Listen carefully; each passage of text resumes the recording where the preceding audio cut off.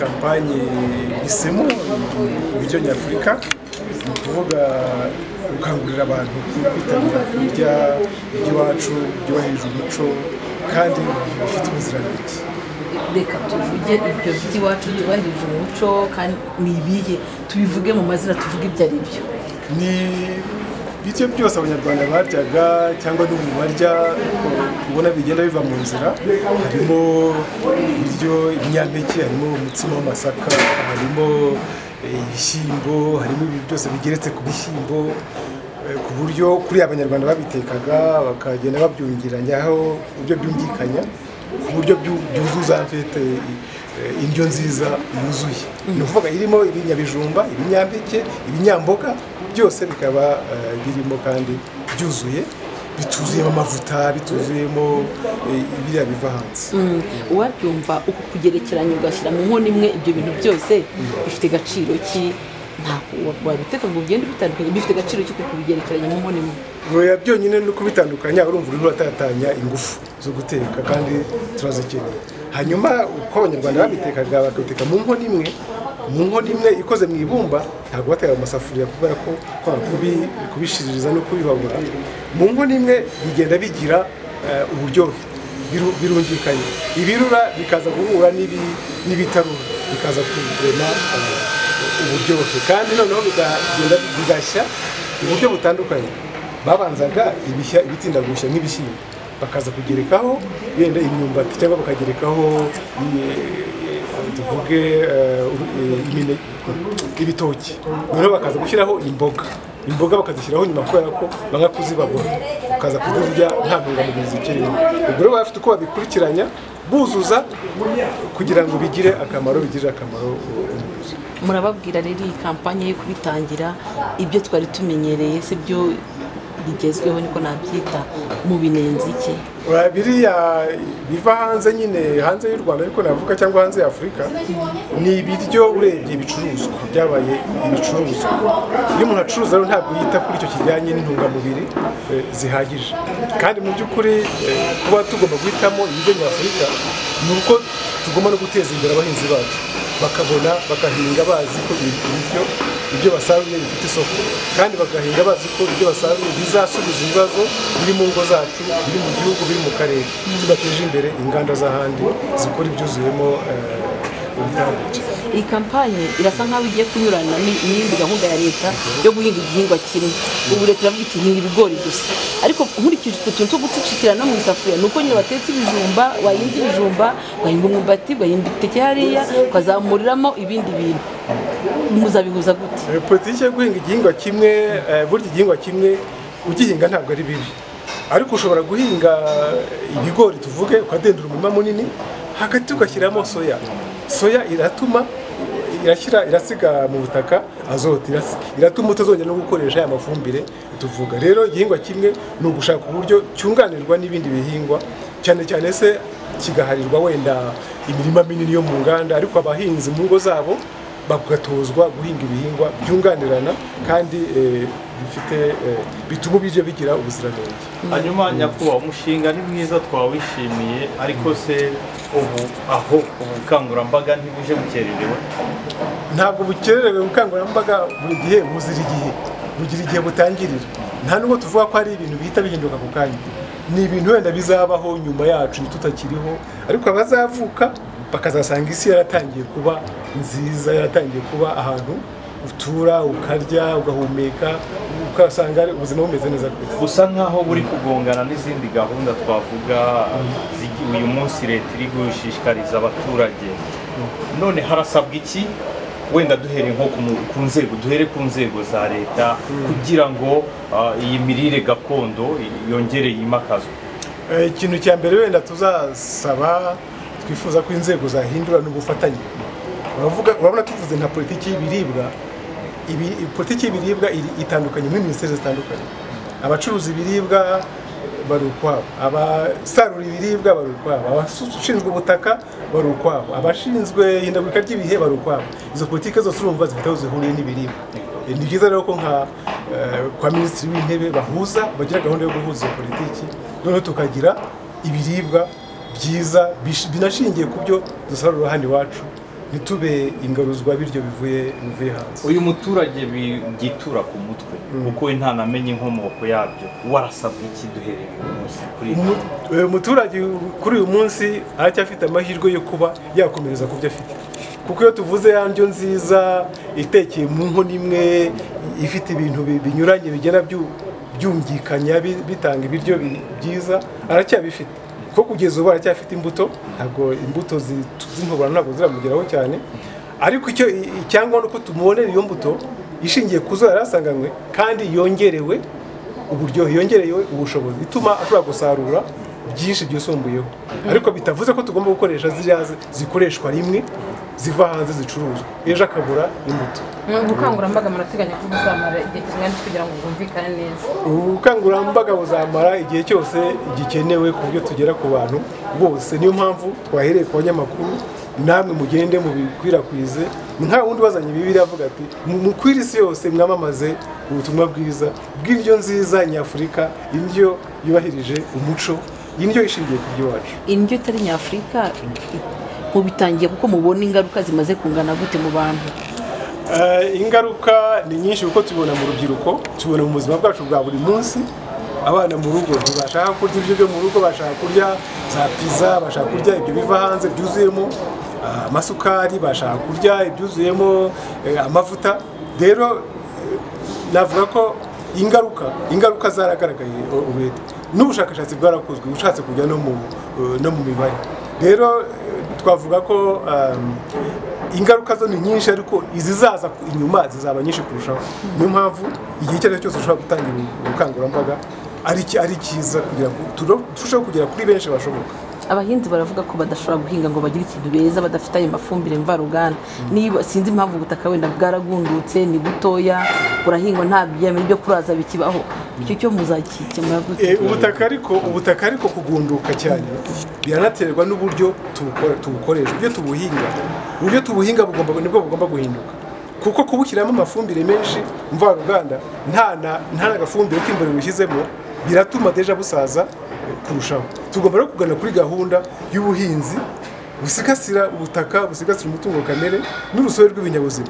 Ntabwo tugomba kwirukana udusimba, inzuki, ntabwo tugomba kurunda imiti yica udukoko mu butaka, kuko ejo bwa butaka ntabwo buzisubira ngo bugire imyunyu ya ngombwa. Imirire itaboneye rero dushaka kuvuga ni kugira indyo zituzuye. Nk'ubu ngubu ubushakashatsi bugaragaza ko 89% mu Rwanda batabasha byura kurya imboga ziri rekomande cyangwa se zisabwa kuba bakabaye barya. Rero iyo mirire itaboneye ihura nuko turya bya biribwa byahinduriwe ubuziranenge bwabyo bitewe no guca mu nganda, bitewe n'uburyo byakozwe kugira ngo bibeho, uko byahinzwe kuva nyine igihingwa kibayeho kugeza kigeze aho umuntu agikoresha, bica mu nzira nyinshi. Izo nzira nyinshi bicamo rero hari igihe bihundirirwa umwimerere wabyo. Tuvuga ibyo twita ngo processed food cyangwa bya bindi usanga byakarazwe uko babikanda, babisya, babihindura uko byari bimeze, hari intungamubiri zitakara muri ubwo buryo. Ikindi ni uko kugira ngo bikorwe byaba mu kubihinga cyangwa se mu kubika kugira ngo bimare igihe kirekire, usanga hari imiti igenda yongerwamo. Ya miti yongerwamo nayo yangiza ubuziranenge bwabyo, ikaba yahindura uko ibyo kurya cyangwa se ibyo kuzarya byari biteye.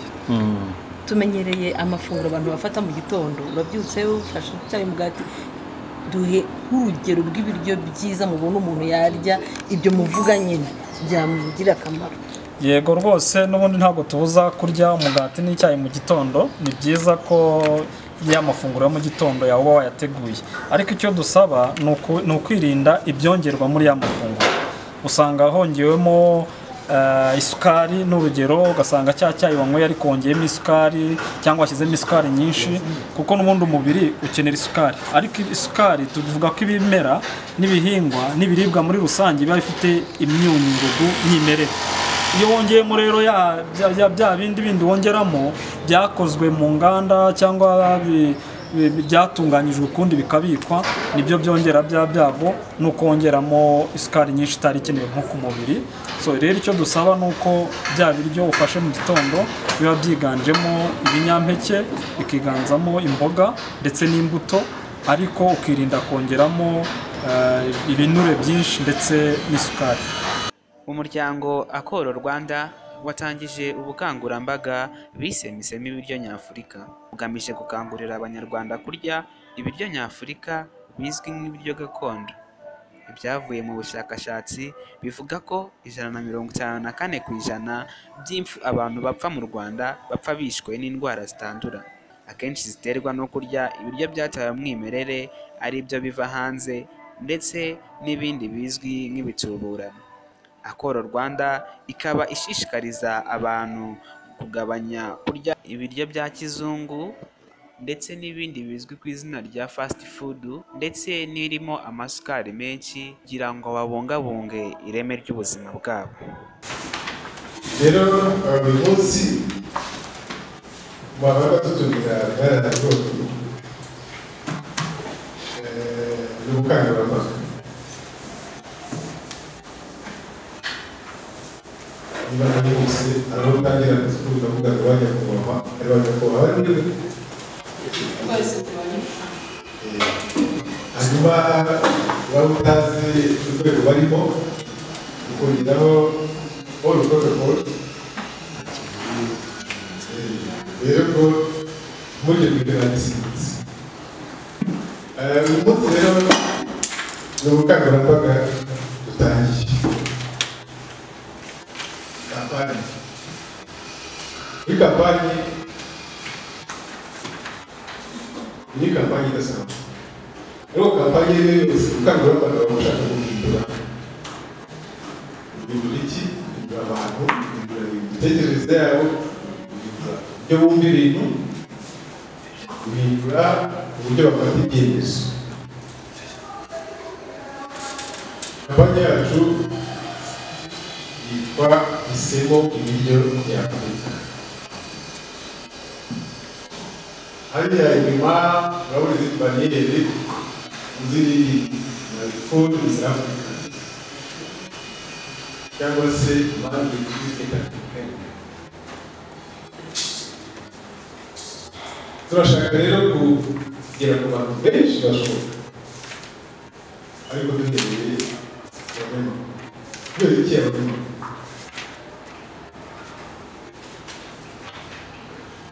Cyambere kubera ko abanyamakuru nabo ni consumers, nabo consumateurs. Utarya ngo nane twese turarya tukanama, so turaba consumers. Ariko abanyamakuru umwuga wabo nabo bajya mu bandi bantu benshi. Misemo kubera ko amahitamo yacu afite ingaruka zikomeye, ndetse n'abahisemo mbere yacu ibyo bahisemo byatugizeho ingaruka, biracyari n'ingaruka zindi zikomeye. Misemo rero ibiryo Afurika ifite ingaruka ku bintu bitatu bishaka gusobanura.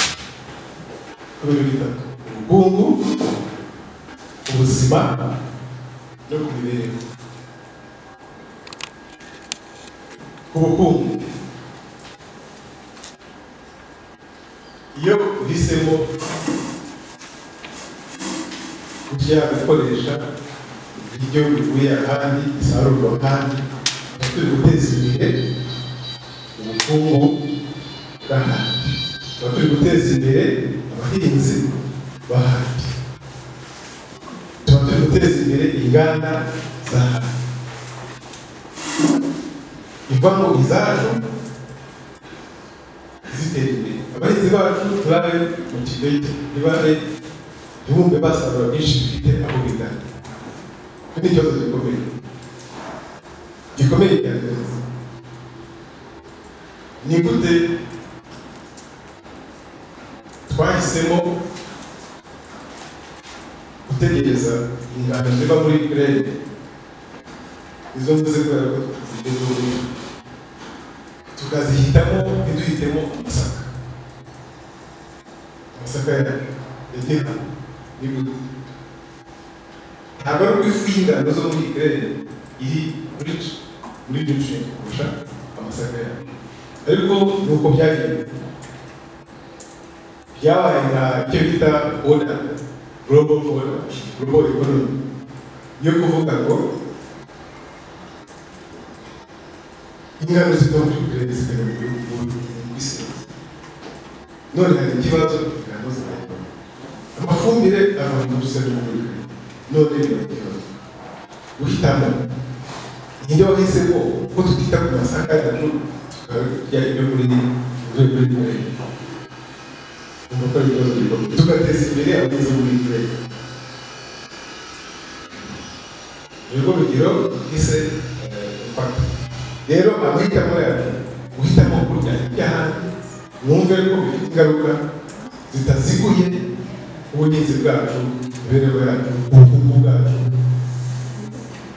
kuko bituma duhita tujya mu gutegereza ako hanze ibyo hanze, akimuhana kaza imvura bisi. Rero tukazirikana cyane kuko ni ikintu gikomeye. Hanyuma ikindi cya kabiri, ubuzima. Ibiva hanze ibyinshi ibyo mu nganda ntituzi n'ibibikoze. Buriya nimusoma muri kariya gatabo Rwanda kubona ibiryo byo mu nganda byose birimo bya bintu bita ubutabire, chemicals, kugira ngo bizamare igihe. Kandi ubwo butabire bwa chemicals ko babyita bufite ingaruka kuri ubuzima bw'abantu. Muganga hano ntabwo rero gutinda aratubwira. Rero ni ikintu gikomeye ko ibiryo bivuye hanze, ibiryo byo mu nganda, ntabwo gusa duteze imbere bariya ahubwo turarya n'ibyo duca hanze. Turarya n'ibintu nyine birimo ibitwangiza, bishobora kwangiza ubuzima. Ibyo ni ibintu byakozweho ubushakashatsi, ntabwo twavuga ko ari twe tuzabikora. Harimo no guhitamo kurya ibiryo byo mu nganda, ibyo bivuye hanze. Jeri bacu baragira ngo bazakiza abana bashaka kurya mu rugo. Igihe mfite abana bakuru, hari ubwo tutaha mu rugo ugasanga agafungura isorori, agafungura ikindi, agahita avuga ngo mama vuba vuba, duhamagarire vuba vuba izane, duhamagarire vuba vuba izane bya bindi birimo amavuta, bya bindi birimo pizza, bya bindi hamburger. Ni uzasanga ari umwana imyaka 10-15 arwaye, atangiye kugenda gutya arwaye. Ntabwo rero byadutunga. Ibyo turya bivuye hanze, amahitamo guhitamo ibyo hanze ya Afurika, hanze y'u Rwanda, hanze y'akarere turimo, bifite ingaruka zitaziguye ubuzima bwacu. Ibi biryo byose byitwa hybrid, ibyinshi birimo za residue z'izo production. Kandi cyane ibyo byo hanze, uburyo bihingwa, uburyo bisarurwa, ni ikibazo gikomeye. Kuko bihingishwa amafumbire, bihingishwa za pesticide, bihingishwa bya bintu bituma bisigarana, bishobora kwangiza ubuzima bwacu. Mu bushakashatsi twakoze muri iyi minsi n'abahinzi dukora hariya ku Gataraga na Muko, Musanze, twasanze ibirayi nicyo gihingwa giterwa imiti myinshi. Niyo kitarwaye baragitera, bateganya ko cyaba kizarwara, bagitera tetani, bakagitera ridomini, bakagitera dimetowati, bakagitera siperi ndetse n'iyo bakagitera roketi. Ibyo byose kugira ngo ubongere umusaruro. None natwe tukagenda dushishikaye twumva ari byiza, ariko ibirayi birimo pesticide nyinshi, birimo fertilizer nyinshi zishobora kugira ingaruka the long term.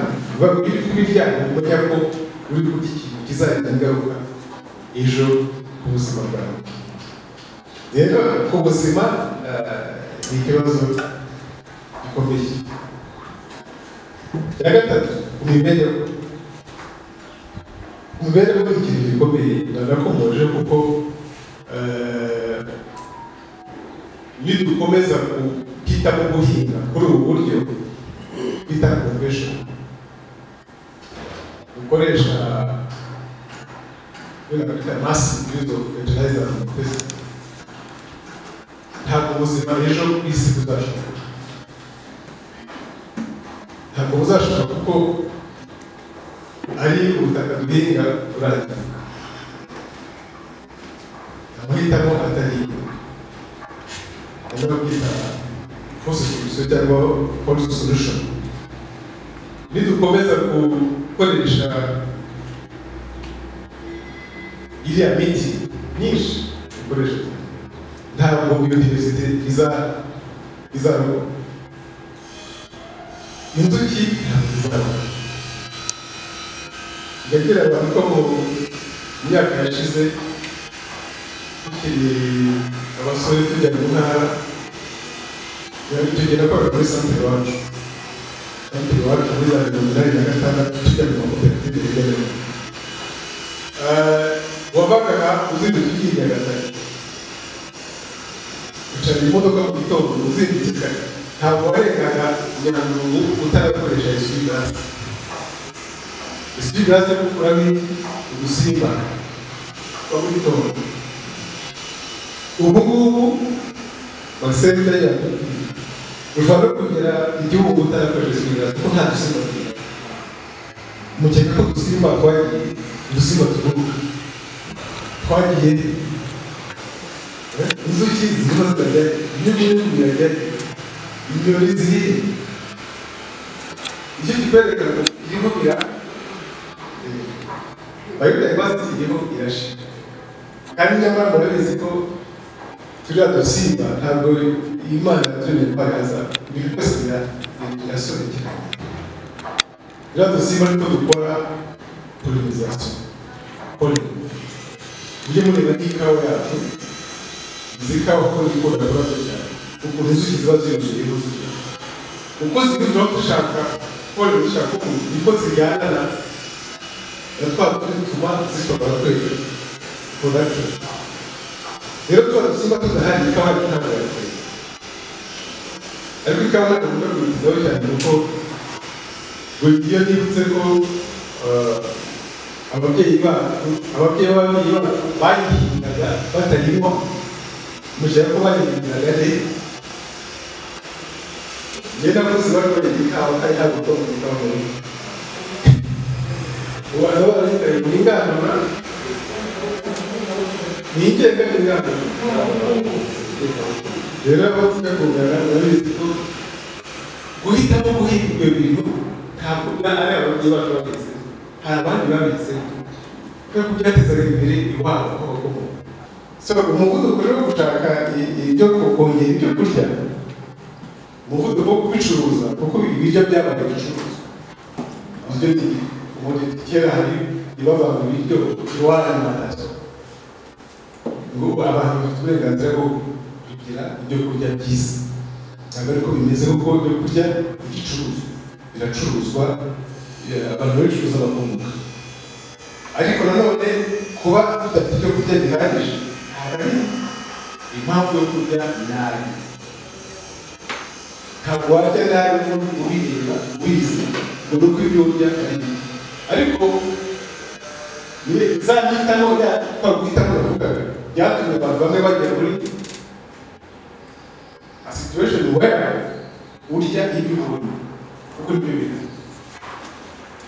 Niba uri impunzi, niba uri stress, ukaba uri mu nkambi, harya ibyo urya. Ntabwo ukiri yacu yo kwita ibyo byiza. Iyo rero niyo ituruka kuri bya kwa kundi tubona ibiryo, kwa kundi aducuruza, na za politiki mpuzamahanga zo gufasha ibiribwa. Burya abantu ngo wariye iwabo babikuzaniye bamwe bagakeka ko ari gufasha kundi. Inyuma yabyo buri gihe haba hari inyungu. Rero nagira ngo gutangira iyi kampani tujye tuzirikana ibyo bintu ko ari bitatu bizadufasha guhitamo neza. Hisemo ibiryo nyafurika. Ndaza gusobanura impamvu ushaka guhitamo ibiryo nyafurika, kuko bifite aho bihuriye no kuba byujuje ubuziranenge no kuba bifite intungamubiri zihagije ubigereranyije na bya twita western diets cyangwa za azuri ibihugu by'amahanga. Aho ngaho bazatanga ikibazo rero giteye gite, ni gituma tugahitamo neza. Hari impamvu ituma tugahitamo neza. Nimureba muri aka gatabo kameze nka Bibiliya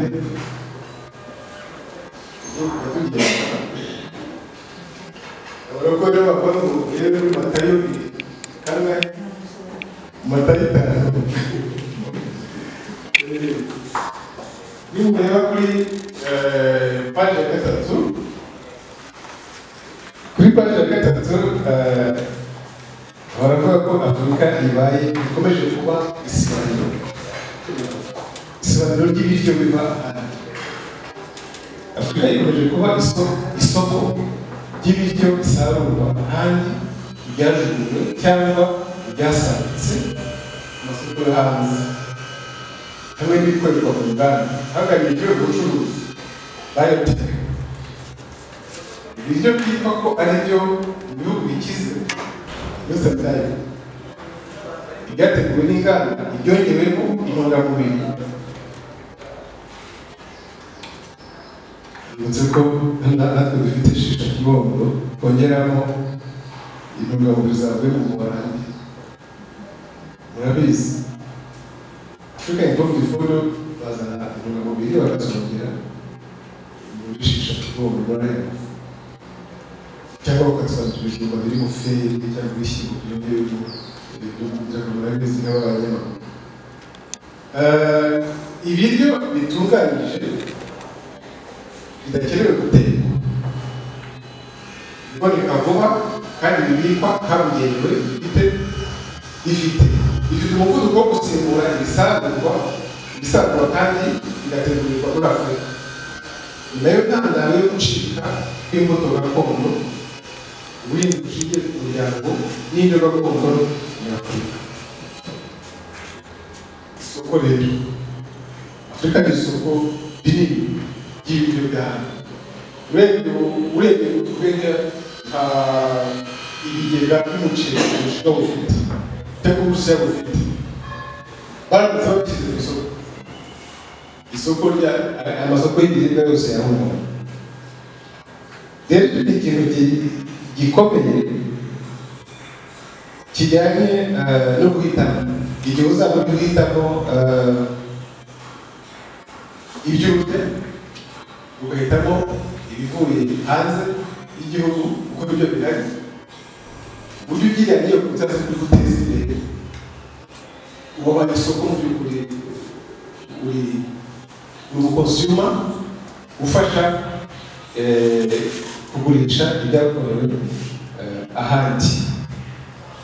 Icyo rero ni ikintu gikomeye, ni imwe mu mpamvu z'ikibazo isoko. Twese turashaka amasoko, abo hanze barashaka amasoko, baradushakamo amasoko. Iyi ni impamvu ndayibona hano kuri paji ya 3. Paji ya 3 naho baravuga ngo ijyanye na urbanisation. Ibihugu byacu biriho abantu bari gutura mu mujyi. Hano baravuga ngo mu Rwanda abantu 70% bazaba batuye mu mijyi mu mwaka wa 2050.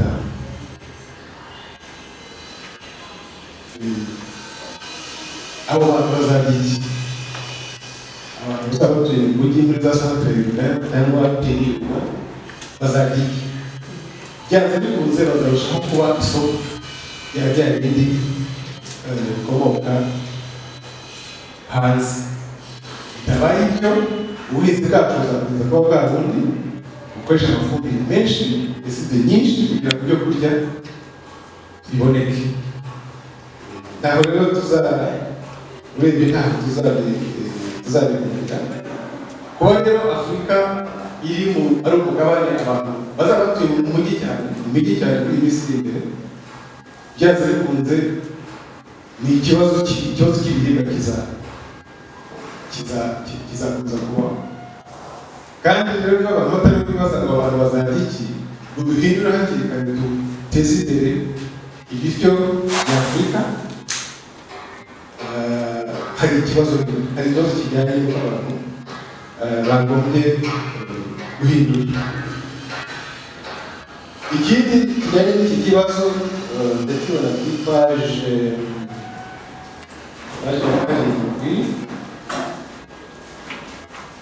ya karindwi hariho batubwira ibintu byagiye mu muco wacu hano iwacu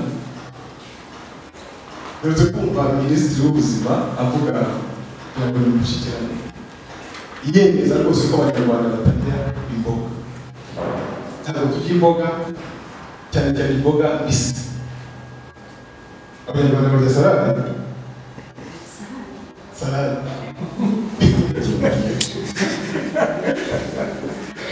imboga mbisi kuko imboga zifite ibyo zongera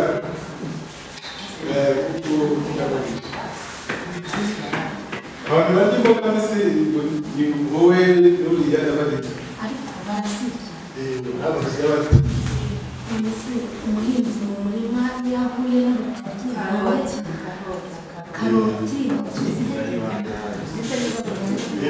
n'ubundi kera twari dufite ibintu barabihekenya bakakabaganika tukarya n'ibitoki wabikura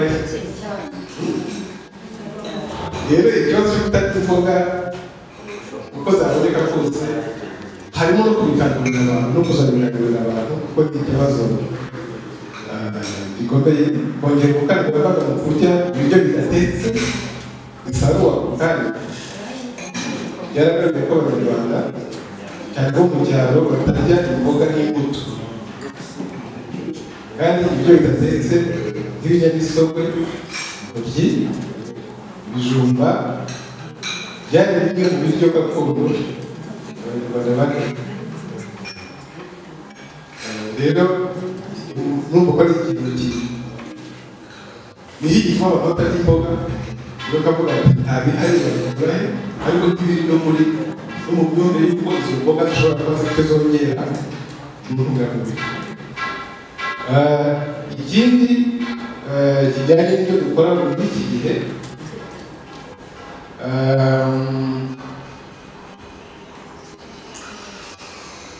mureba mu materaniro ariko murebe cyane cyane mu kabari iyo tugiye mu kabari cyangwa twasohotse tuba tugiye kurya ibiryo birimo amavuta menshi kandi menshi bikaranze yokeje biri mu mavuta abanyarwanda cyane ntabwo bagaragara keretse iyo batekaga ibirungo gusa kubera abanyarwanda ntabwo bitwaga n'indwara zijyanye n'ibi bitwaga n'ibindi ariko bitari ko bariye nabi rero mu kabari sinzi ikintu kizakora kugira ngo mu kabari hazemo bya biryo bitujyeho amavuta abuza abantu kugira ngo babe mu materaniro ariko mu kabari uko bimeze muri iki byose tugiye turashaka ikaranze kuvugana n'abahinzi b'i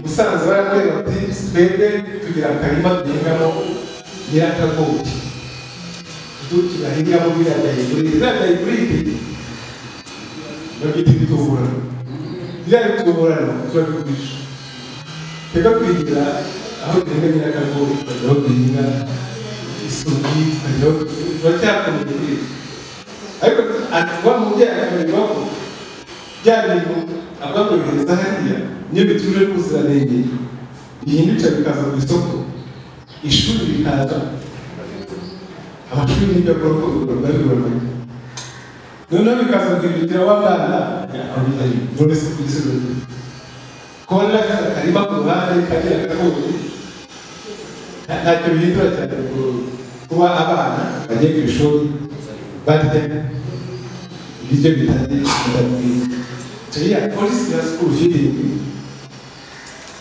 ni nziza ikurikirana abana bararya bararya bimeze biti bararya nyine aflatoxine nk'uko baherutse kuyikoraho ubushakashatsi ikibazo rero gikomeye ikindi kigaragara muri iki gihe kijyanye no guhitamo kubagura ibiryo aho kubiteka tukabibagura kera abanyarwanda batekaga inkono imwe inkono kuriya kabona n'agatatuya bakabanza bagashyiramo ibishyimbo kubyatereka gushya mu kanya bakongeraho cyangwa bakongeraho inyuma mu kanya bakongeraho bakurikije ko byose bigenda byongera bikora yanyu yuzuye ndibuka ko hari n'uwo badutumagara imboga tugiye kuzisoroma kwiremba aho ngaho igihe ku muhanda tukazana bagayikoze nta n'ubwo yuko ariyo barazoza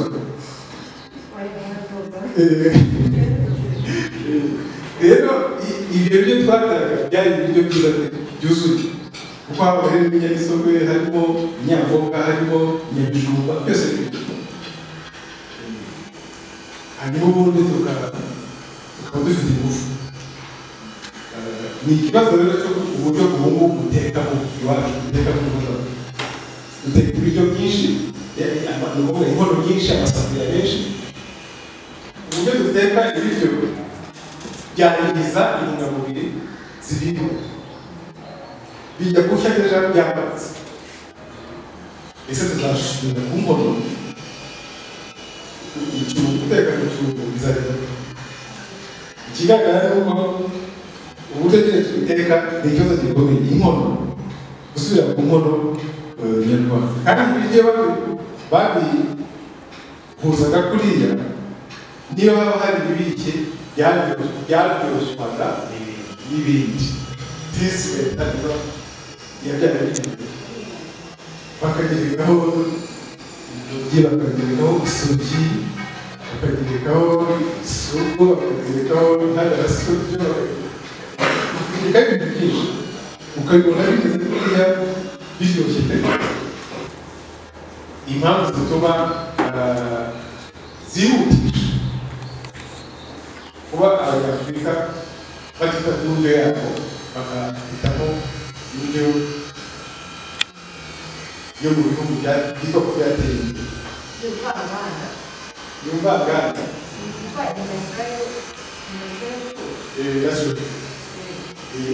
ibyo mu nganda hari impamvu ndabona bashyizeho hano zigeze kuri enye ni ibihe bintu nyamukuru bituma abanyafurika barushaho kwitabira ibiryo byo mu nganda kuba abaturage ba Afurika biganjemo urubyiruko no kuba abo baturage bagana imijyi gushaka imibereho abatuye imijyi bakeneye ibiryo byihuse fast food batitaye ku biryo yuzuye ntubabaze ko indyo yuzuye ahubwo babaze ibyo biri tesite birimo ibirungo hari ikintu cyitwa kibe niba ari kibe magi murayizi bajya mu kigo magi kuko numva ni nk'isupu abashinwa bakoze ukayitegura mu kanya kuko udafite umwanya wo kwikorera isupu ya karoti nta mwanya wo ugashyiramo k'ibirima ugakora isupu harimo iki muri iyo harimo iki muri iyo ikibazo rero gikomeye kuko ntabwo uzi ibintu birimo urapfa kubigira kandi kubera ko nta nama ufite wo gutegura isuku cyangwa isosi yawe hafi aho ngaho. Icya kabiri, politiki mpuzamahanga yo gufasha ibiribwa itiza uburindi ibiribwa bikoreshwa mu nganda byo mu bihugu bikize. Izi mfashanyo zose nziza nk'uko nabivuze zubatse zaje mu bihugu bikize, ibyasaruwe n'abahinzi bo muri ibyo bihugu. Ni ikibazo rero gituma abanyafurika n'ibihugu byitabira kuko babibona hafi. Ubucuruzi bubyara igihugu bucika ku biribwa byihuse byo mu nganda.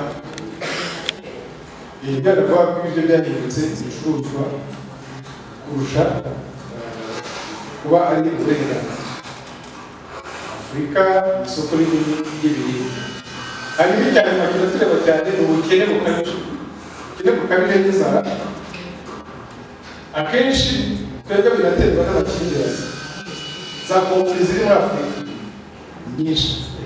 Ariko konfuri hose abaturage barazizi, baba bagihinze, baba bagiye bakabikabuzwa bityo. Kuko twareba.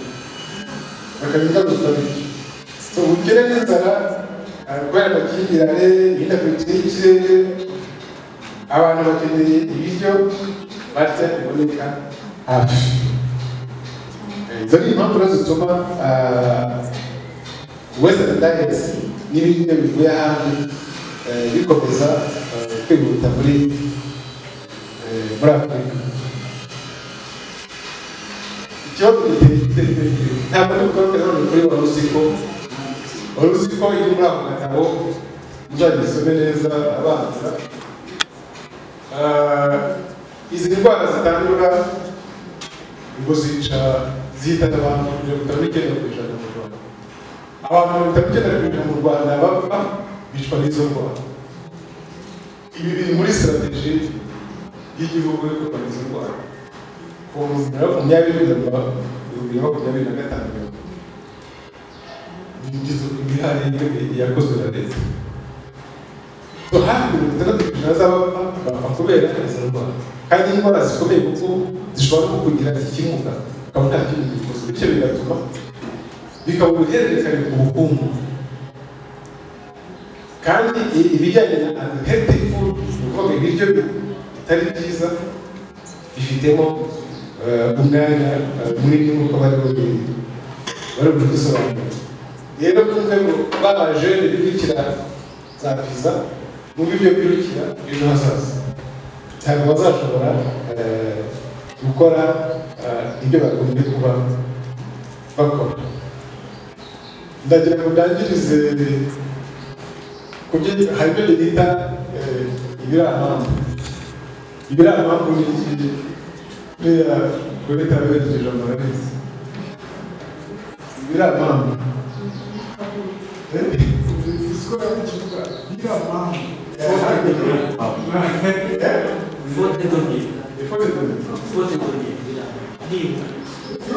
ibiramambu ni ijambo ry'ikinyarwanda utahita ubona umwanya wabyo. Ibiramambu iyo ni ikibazo gikomeye. Iyo duhuriye ku gasoko ko ku Gataragamye gacaho, agasoko k'Ikamonyi ugaho gacaho, agasoko k'Irwamagana ugaho gacaho, isoko ntabwo batunze ari isoko abanyakigali basohotse. Iyo duhuriye kuri ako gasoko muze kuhahurira n'abanyakubahwa abadepite bo mu nteko, abakozi ba RAB, za minisiteri n'abandi. Iyo duhuriye kuri ako gasoko ndetse n'abacuruza muri iryo soko abenshi bafite uburyo bubiri bw'ibiribwa. Bafite ibituburano bakagira n'ibinyarwanda. Muzabashe neza. Rero iyo duhuriye kuri ako gasoko twahura n'abakozi ba RAB kujya mbibabwira abakozi bakora poromosiyo ya fiya nta n'umwe ushaka kugura fiya muri abo bakozi turashaka kagatoki keza turashaka kagatoki keza gakonobateri turashaka agatoki k'iyo gatoki k'inyamuntu ugereka ku mashaka akaryoha ariko ni umukozi ukora poromosiyo ya fiya niyo mpamvu navuga ibirampamvu yumva ibirampamvu navugaga iyo ari kuri ka gasoko turashaka ya magi afite jone ntabwo dushaka amagi y'inzungu ngo bazitaruye ya potezi turashaka amagi afite jone y'andi y'amanyarwanda hano urumva ni ikibazo wa muntu ukora polisi ya poromosiyo y'ibyo ntabwo ashaka kugura ibyo akorera polisi kuri bya soko turashaka amata y'ikivuguto meza yumutse ariye kandi nyamara turimo turahata inka zacu antibiyotike mikorobiyotike ngo zigire amata menshi ibyo bintu birakomeye umukecuru mama we arakubwira ati aya mata umwana wawe uzi aya mata ko numva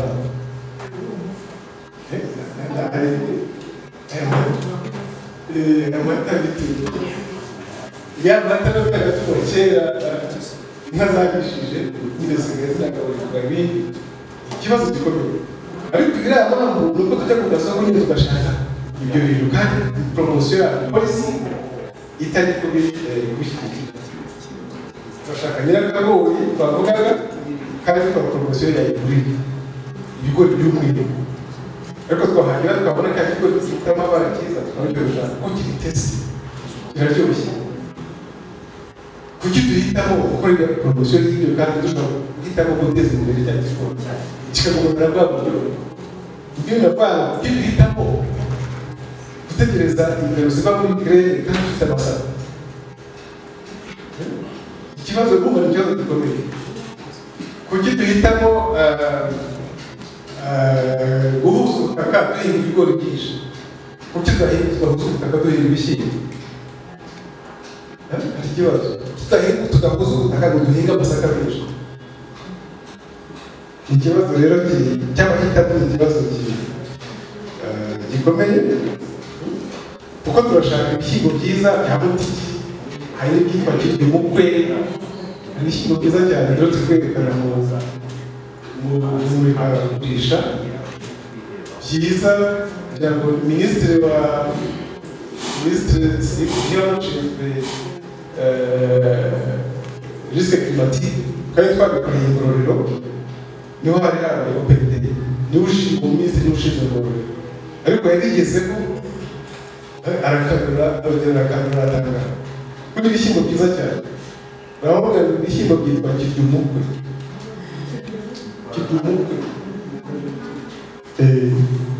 ibishyimbo byiza cyane ntabwo yigeze avuga ngo ibishyimbo kuko bitari muri repertoire yacu ahubwo yatangaga n'ukuntu ari byiza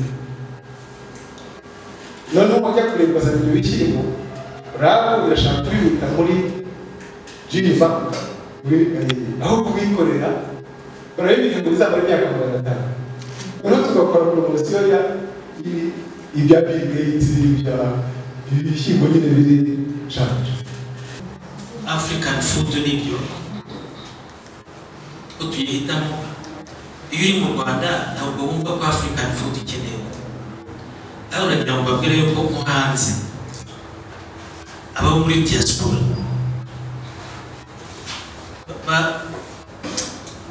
burya abazungu bafite uko bateye bafite ibintu bahuriyemo bafite ibyo barya byabo ku buryo uri umunyafurika tutetse n'umwana wahahuriye uri umunyafurika ntabwo wabijya ngo wumve kuriya ni nk'ibintu by'ibipate ibintu by'ibifu baba bangavanze n'iki wabuze nk'amakrepe ibingibi usanga bimeze gutyo sinzi ariko rero abirabura twese tureze Afrika nko muri ya mijyi minini haba muri Etats-Unis cyangwa n'ahandi baba bafite ahantu hari amaresitora iyo utiteguriye iwawe ujya hari amaresitora yitwa African food usanga rero resitora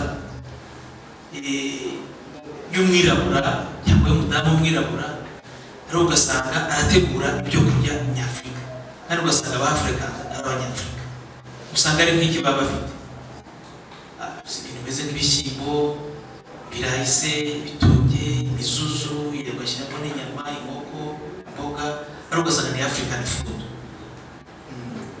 Ibyo biriho kuko ushobora kumara igihe urya imikate, urya omelette, urya iki, ariko uvuze uti nkeneye kurya numve ko ngiye même psychologiquement naho ngaho bajya, niyo uri n'umushyitsi niho bakujyana. Mugenzi wanjye arimo kumbwira ko n'aya mazi ubwayo urebye ibintu ushobora kuba ariko usanga atari amazi nk'amazi. Urumva niba twicaye aha ngaha mutana dufitiyemo mu rwego n'aya mazi tuzana amwe mu ijage twitogoshereje twatetse iwawe tukaba turi kunywa aya ngaya, nuko bihita bigaragara automatically ko ibintu turimo gutekereza biri hafi ya 90% bitashoboka. Umuntu uteye nari ndimo kuvuga ngo imbere y'iwanjye hatuye umugore w'Ububirigi kazi wahisemo guhinga imboga ziwe yihingira we ku giti cye. Iwanjye hari ukuntu mu ndabyo mfite no mu ndimu no mu biti byananiye kiramo ziriya fumbire z'imvaruganda. Umuntu ahise kuza kudusura turimo kumubwira ati hari ibintu byabo byose n'ibari ntabwo bajya barya ibintu by'imvaruganda. Ariko yahise ambwira ngo mu gihe wowe ubwawe ufata ibi bintu by'ifumbire y'imvaruganda ukabitera ku biti byawe deja bihita bitungukiriho. Niba atekereza ko bitagera mu butaka bwe aribeshye, kuko uburyo ibintu bikoze by'amafumbire nawe wabirindi wawe gutya nko mu gihugu umuntu akazazana nk'amazi wakoresheje gutya akamenya iwawe mu butaka, muganga araza kudufasha kubibona bihita bitungukira babina bimwe na toxique ariko udashobora kubibona mu kanya. So kwirinda kwinosi kereka ari isi yose ifashe ingamba ikavuga ngo ndahagaritse. Cyokoze nemera ko wenda abagerageza kuminimalizinga bishoboka wenda kuba byatanga amahirwe makeya, ariko njye muze kusobanura impamvu imibereho y'abantu experience de vie y'abantu bari byateye imbere by'ibintu ibindi twavugaga amayiburide ngo babitubwiye bo baramba kurusha twebwe rimwe nabo mu cyaro ko bashobora nyamara kuba bagerageza.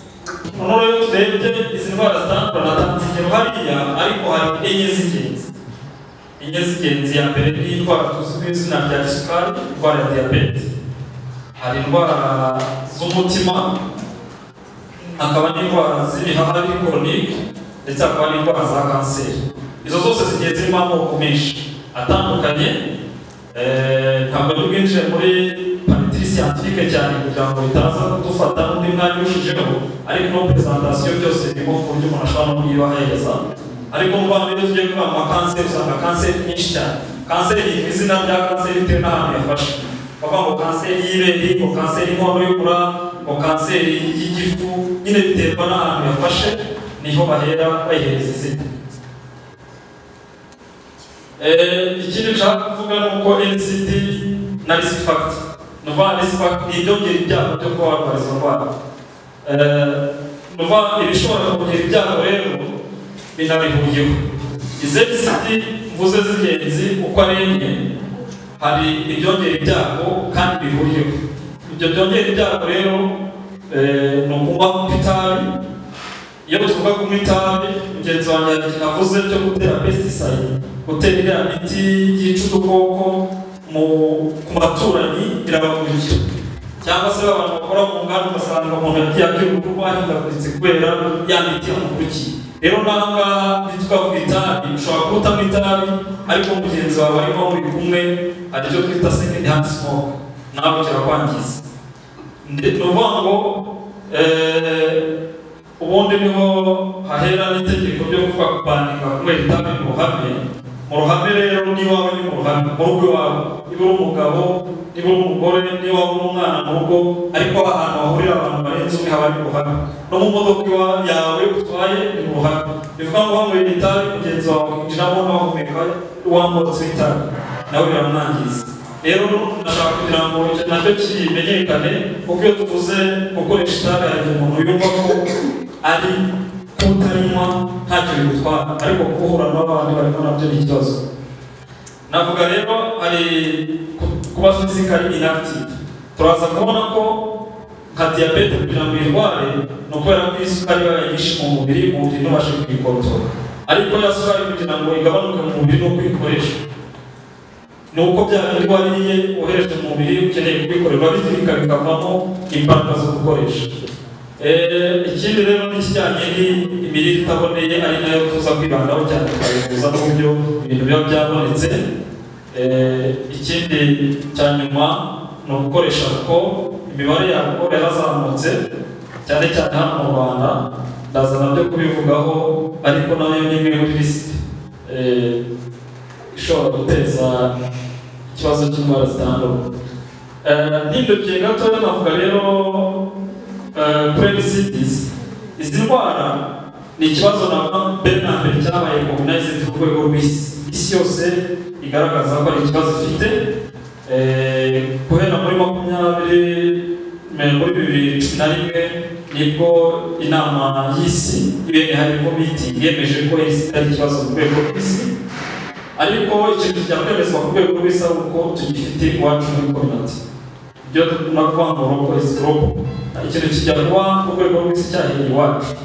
Ikigaragara ni uko 70% z'imfu muri iki gihe ari ku isi hose zijyanye na ICDs, ariko nanone bigaragara ko impfu nyinshi ziri mu bihugu bikiri mu nzira y'amajyambere ariho n'u Rwanda ruherereye. Hano rero tuvuze kuba ariho n'u Rwanda ruherereye, yenda mbere ko kuva mu Rwanda gatoya banze mvuge kuvuga ngo mu bihugu biri mu nzira y'amajyambere ari ahantu twahoze tureba ko twabaye isoko ry'inganda zizana ibyo byo kurya, ariko nabyo bitwongerera ibyago. Mu gihugu rero biri mu nzira y'amajyambere nta n'ubushobozi buhagije buhari, bivuga ngo na serivisi z'izi ndwara zirahenze kuri bo. Abenshi turi kuba n'igihugu kiri mu nzira y'amajyambere, iyo muri low and middle income country ni uburyo n'ubushobozi buri hasi. Ibitaro mujya mwumva abantu benshi cyangwa se muranabazi kuturusha kesi nyinshi, umuntu yazize stroke cyangwa umuntu yagiye kwibagisha mu Buhinde ariko arangagwayo, yagiye South Africa. Izo nuko za ndwara zitari kubasha kuba hano mu gihugu wacu. Ntabwo rero buri munyarwanda wese uturutse aho ariho hose ushobora kujya kubona uburyo ubushobozi bwo kujya kwivuza hanze. Bivuga ngo ikibazo gikomeye kuko ubwacu kirahenze. Kuba rero serivisi zihenze nabyo kugira ngo uwabanje kutuganirira yabitugaragarije cyane ko binatuganisha mu bukene. Ni ukuvuga ngo umuntu uhuye n'iziriya ndwara kandi nanone hari ukuntu nazo zifatana. Hari ibyago byinshi iyo ufite diyabete, uzagira hypertension, uzagira impyiko, uzagira nyine zose nazo zimeze ni akajagari kakuzuraho rimwe. Iyo ufite izi ndwara zose ukuntu zihenda kuri serivisi zazo, bivuga ngo ushobora gukenera kwivuza ukagurisha umutungo wari ufite. Ukenera niba wari ufite abana biga ukagabanya minerivare cyangwa ukanabahagarika ntibabashe kujya ku ishuri, urumva biba bigize n'ingaruka kuri wa muryango ukomokaho. Izi ndwara hari igihe kera abantu bavuga ngo ni indwara z'abakire, ngo ni indwara z'abakuze, ariko uwo ari we wese indwara yahura nayo ku myaka ye yose. Ni ukuvuga ngo muri kwa kuvuga hari ubwoko bumwe bwa diyabete. Ubwoko bwa mbere, ubu ni ubwoko umuntu ashobora guhabwa cyangwa se ashobora kugira abukuye ku muryango yavutseho. Bavuga se ubwoko bwawe yararwaye diyabete nawe ukaba wayigira, cyangwa se umubyeyi wawe afite ubwoko bwa diyabete akaba yatuma n'uza gukomoka hazayirwara. Ariko diyabete y'ubwoko bwa kabiri yo izanwa na bwa buzima tubayemo. Rero icyo nashaka kuvuga kuri modifier risk factor ni bya bintu byongera ibyago byo kuba warwara ariko ushobora guhindura. Imyaka uko yongera ntiwayihindura, gender barereyemo ntiwayihindura, na ya family history y'uko hari umuntu mu muryango wanyu warwaye diyabete ntabwo bihindura. Ariko nk'ibijyanye na overweight and obesity twavuye control, kujya mubona ushobora kugira ibiro byinshi ariko akaba yanabigabanya. Vitality ziriho muzi ko rwose ku bantu dufite natwe abantu bafite ibiro 180, ibiro 230, ariko ugasanga uwo muntu n'ubuzima babayemo nawe ubwe yumva ari nk'ikibazo kuri sosiyete, ariko nawe afite complex. Ntabwo esitimiye iri hejuru. Ibaze nawe umuntu w'ibiro 200 ntashobora gutega moto, ntashobora kujya muri bisi kwiga. Memo niyo wakwigira ahangaha ngo yicaraho ntabwo ashobora kwicara kuri aragomba kwegeranya uturere tubiri. kugira ngo azabone umwenda umukwiriye aba yumva nawe nyine kugira ngo kujya gukoresha ku ruganda ntabwo azajya mu isoko ngo agure umwenda nk'uko awubona. Ariko ibyo rero turi kuvuga ko biri leta ibyo turya yani health diet, ibiro byawe bijyanye n'uburebure. Ni ukuvuga ngo buriya hari ibiro ushobora kutagomba kurenza kugira ngo uvuge ko uri normal. Uvuga ngo uko uba muremure hari ibiro ushobora gusipota, uko uba mugufi hari ibiro ushobora gusipota.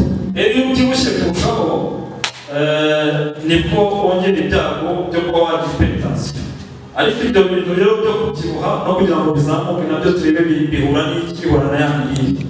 Ni ukuvuga ngo uko turya byavuzweho kare mu gitondo, uko turya turi kurya ibintu birimo ibinure byinshi, ya masukari twongera mu biryo, dushaka kurya ibintu biryohereye, umubirizi bahoze muvuga ari bake bashobora kuburya, ariko urubyiruko rw'ubu bishakira ibintu biryohereye umva tasi.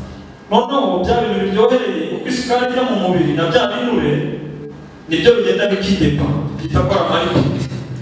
Niba byidepa rero bikajya mu mamisire cyangwa se mu nyama, nibyo bigenda bikajyamo, ugasanga niba bifunze nk'imiyoboro bya binure bigenda bikidepa nko mu miyoboro y'amaraso.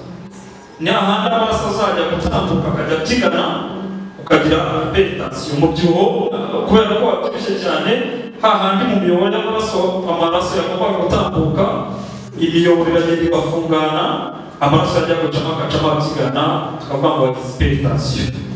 N'ahandi tugenda isukari ikaba nyinshi, dufite inyama bita impindura mu nda ishobora guhindura isukari. Isukari niyo irengera kantite y'isukari mu mubiri. Isukari ibaye hejuru hari uburyo ibigenzi ikabagabanya, yaba hasi nabwo ikayongera. Ni ukuvuga ngo ishobora kuba ifite kapasite yo kwibikira isukari mu mubiri ukeneye. Rero ya sukari ibaye nyinshi, ya nyama nayo irajya ikananirwa. Ni igice cy'umubiri, pankreas cyangwa impindura kigenda kikananirwa. Iyo kitabasha guhangana na ya sukari ufite mu mubiri, nibwo tuvuga ngo isukari yabaye nyinshi mu maraso, kubera ko ntabwo kiri kubasha gukuramo gufata ya sukari yinjije mu mubiri ngo kibe cyahindura. Ntakize rero nabereka hano ni ku bijyanye n'umuvuduko w'amaraso, ubwo navugaga kuvuga ngo imiyoboro niba yifunze, ariko nk'uko nabivuze hari ibya kanseri, ariko iyi presentation nk'uko nabivuze ndayibaha za ingero z'amakanseri, ndumva nagaruka nkagarukiriza hano kugira ngo yenda tutinjira muri ibiri scientifique cyane, ariko twakomeza tuganira ku kibazo kijyanye na NCDs muri rusange, noneho tukabihuza rero na bya bihingwa uburyo byabaye produced. Yenda byagarutswa harimo bigarutseho gatoya cyane, ari amafumbire bongeramo na biriya hari byinshi byangiza. Icya mbere birica za mikorobe zo mu butaka dukenera kandi zikenera gufasha n'igihingwa. Buriya muri na symbiosis muri environnement, ariko ubutaka ibiti biba mu butaka bikoresheje imizi yabyo bigaburira utumikorobe tuba mu butaka, ariko twa tumikorobe natwo tugafasha imizi y'igihingwa gukura. Tugenda nabyita nko gusya cyangwa se tugenda turya bimwe mu bishingwe tuba twashyizemo kugira ngo bihore nuko twa dusimba tuba turimo. Noneho rero bishyizemo amafumbire, cyane za mikorobe zica birabyanduza amazi. Wabivuze y'amazi arashoka ari mu butaka, abandi mazi mabi, kandi y'amazi n'ayandi uhinga azakandagiramo n'ayandi azaba exposed, nabyo byose bigaruka kuri bya bibazo tuba tubona. Ariko noneho nanone kubera ko isi ihangana no kuvuga ngo twongere umusaruro, iyo washyizemo ziriya mvaruganda ano mafumbire, habaho icyo bita genetic modification. Uvuga ngo mu guhindura natire y'ikintu ko cyari kimeze kugira ngo kireproducinge byihuse. Za nkoko twavugaga z'ukwezi kumwe, uwari isake imaze umwaka n'imyaka ibiri ntiyarya inkoko y'amezi abiri ngo yumve bihura, wumva ari nk'ikintu cy'igipapuro, ni nk'igipapuro. Biratandukanye rero, uvuga ngo bagira kugira ngo serire zihute cyane zigahindurirwa imikorere yazo. Iyo zihinduye imikorere yazo, buriya niyo tujya kuvuga ngo no mu mubiri w'umuntu kugira ngo kanseri ibaho, ni uko haba habayeho kwimultiplier cyangwa gukura kwa serire mu buryo budasanzwe. rero na bya bintu bakoreye uburyo budasanzwe ku bihingwa kugira ngo byihute, za serire bya bintu nyine biri muri cya gihingwa bigera mu mubiri w'umuntu bikaba byamuteza ibibazo. Aho rero usanga ngo twagize amakanseri, twahuye na za produit nyine zaturutse mu byo bakoze. So numva rero uburyo ibintu byacu biba bikorwa cyangwa bikura, ubu ngubu haje navuga ngo mu bihugu nubwo tuba mu bihugu biteye imbere, ariko buriya nabo bagira amasupermarket atandukanye, ugasanga hari produit organique na produit inorganique. Izi produit organique rero ziba zaba produced, nabyo mpamvu uzasanga bafite amasoko yo kwimporta, ugasanga umuntu aracuruza avoka yakuye muri Tanzania na Uganda no mu Rwanda akazijyana no mu Burayi, nizo zihenze. Kubera iki produit organique zabaye produced ziturutse muri bwa butaka mu bintu biri naturel. Nubwo bakora industry batwoherereza ibintu bakoze mu nganda, ariko ibivuga ko badakunda ibyo duproducinga hano.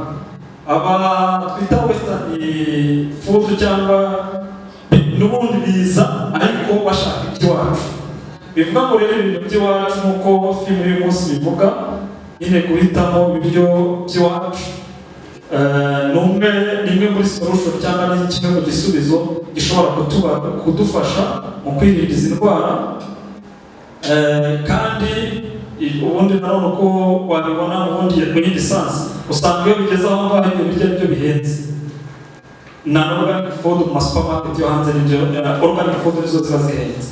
Bivuga ngo rero nibyo bigifite umwimerere. Uyu munsi wa none abantu bari gushyiraho bari guhabwa uburenganzira bwo exporta ibintu bijya hanze, basigaye babaza gushyiraho tracking code, uburyo ushobora gusikana code kuri produit yoherejwe hanze ugahita ubona aho yabaye produced, ubutaka na richness yayo. Bivuga ngo iki kintu ni ikintu kiza kuzashyiramo industry zimwe na zimwe hasi, aho uzajya muri supermarket cyangwa ahantu wajya guhaha wakora scan kuri QR code bashyizeho, ugahita ubona cyagiye aho cyakuye, ubutaka bwacyo bumeze gute, nimba nyine biri hefu cyangwa byari hefu. So ndumva rero nshobora kuba nafashe umwanya munini, let us eat what we are producing locally, ariko tubikoreshe. Impamvu nashyizemo kariya kantu kareka kugenda ni ukukwereka ko nimba utega na bisi, nimba unafata essence ujya mu kazi, ushobora gukoresha esikariye ariko ugakora. Niba wategaga na bisi ushobora gukoresha next bus station ariko ugakoresha za egereje wari ufite. nabwo rero kuvuga ngo basa n'ibyo baranabyibagirwa, kuko ubu ngubu iyo ngiye mu isoko nkabona ikintu cyanditseho everyday gikorerwa mu Burayi, icyo ngura mbeshyi, icyo mu Rwanda oya. Kandi ikikwega ikiyongereyeho ni uko ibyanditse akenshi mu bintu batwoherereza haba handitseho ngo for export only. Icyo kintu cya only nkibazaho kuko ari for export only, nitwe tugomba kubirya bo ntibabirye. Icyo ni ikibazo kimwe. Ikindi navuga ngo turimo turajya mu isi y'ubunebwe y'umuti idutera gutuma tutabasha gukoresha ibyacu. Ababyeyi bahoze bahinga bakasarura ibigega bagahunika kandi bagakoresha by'ubwite pesticide ariko naturel zikomoka ku byatsi, ibintu ntibishobore ntibibifi. Icyo kintu cyatunanira gute kandi tubifite. Numvaga nacyo nifuza ko mwadusobanurira uko byagenda. Swati wenda twabaye benshi tukimungisha bishyiramo ibikimuga turabye tukabimara, ariko kugira ama pesticide cyangwa se imiti yica udukoko mu myaka byashoboka ko byakorwa mu buryo naturel ntidukoreshe amapesticide. Ubu nanjye mfite amashuri amabrokoli, ariko nimba ndibaza icyo ngomba gukora kugira ngo mutazaribwa n'ibisimba, nkumva ntangiye gutekereza nyine roketi uko iriruka, ni nayo mbona kuri marché facilement. Ikindi cya kabiri dutinya, navuga ngo abantu bakwiye kumenya ko ibisharira, iyo tujya bisharira bifite uko bisharirira indwara, nabyo tukabimenya. Ubwira umuntu tuguswa ati nuka mu kanwa, nabwanzemera nuka nk'abashinwa, ariko ngira ubuzima bwiza, kuko umushinwa wese n'umuco uzasanga nuka tungusu. Ntabwo nuka mu rwanjye ruhande njye yumva nyine iyo uko kuntu ihumura aba numva ntacyo bitwaye. Ikindi no gushishikarira kumenya ibyo dufite byinshi birimo kudupfira ubusa. Ndetse kuri fast food birashoboka, dufite imboga zera zikarangira zimejeje zikarangira nyine zigasambura tukazikata tukazijugunya hasi. Dufite n'ibindi abantu batanazi barerezwa ngenda kubera ko nkora ikiganiro cy'imirire ngenda menya byinshi. Hari utuntu bita udega tunambarara hasi iyo umuntu umbwiye ngo barakata atari kuzajya n'iri kwicuza azane mu Kigali tumeze nk'umunyu. Uwo munyu urimo rero aba ari vitamine C, kandi vitamine C ni antioxidant iri ikomeye mu buzima bwacu. Turabifite byinshi cyane nagira ngo mbwire abantu ngo ikintu bumva gifite iyo guwo y'umunyu menye ko ari vitamine C, n'ikiba gisharira menye ko gifite bita tane ni anti-cancerigene, iba mu bintu bisharira byose.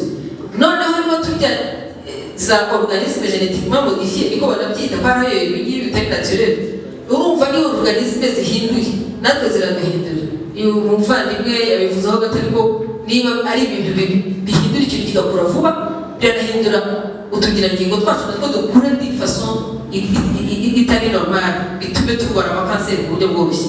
Birashoboka rero twakoresha ibyatsi byaba imboga ari isoko ari isogi ari intagarasoryo. Hari abatobera nyine ariko n'amakuru arahubwira akavuga atereka data nzabirya ashaje nurindira kurwara nyine ntabwo uzabigarura. Kuvuga rero ni bavuze mbere bavuga harimo bavuze ngo isi niho igeze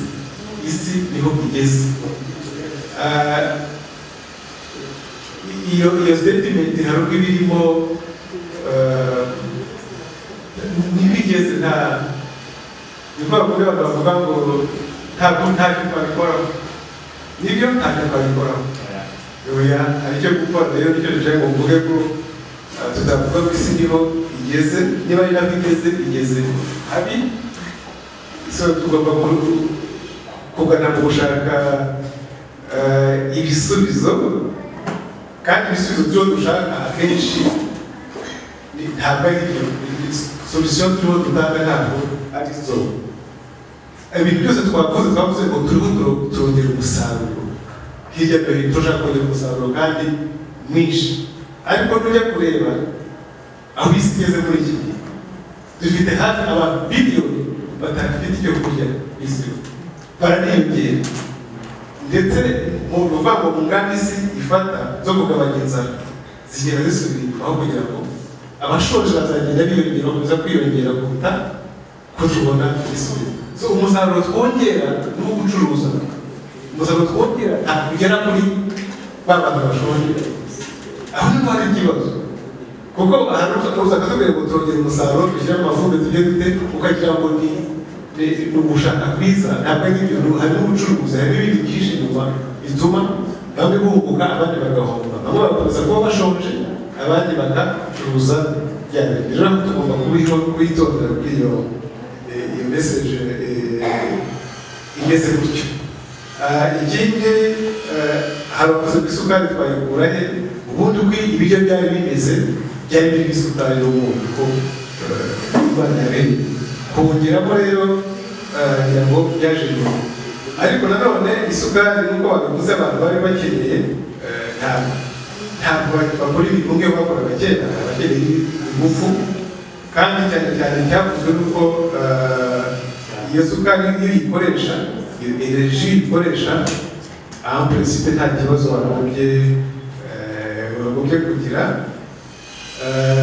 Hanyuma sinzi icyo koreka ararangije avuga ngo ibyo dufite ntitubizi, ntabwo tubizi ko hari byinshi dufite tutazi, ariko birasaba gushaka birasaba ko dushaka kubimenya. Niyo mpamvu n'ibindi kampanye kugira ngo abantu ibyo bazi barusheho kubikoresha babihe agaciro.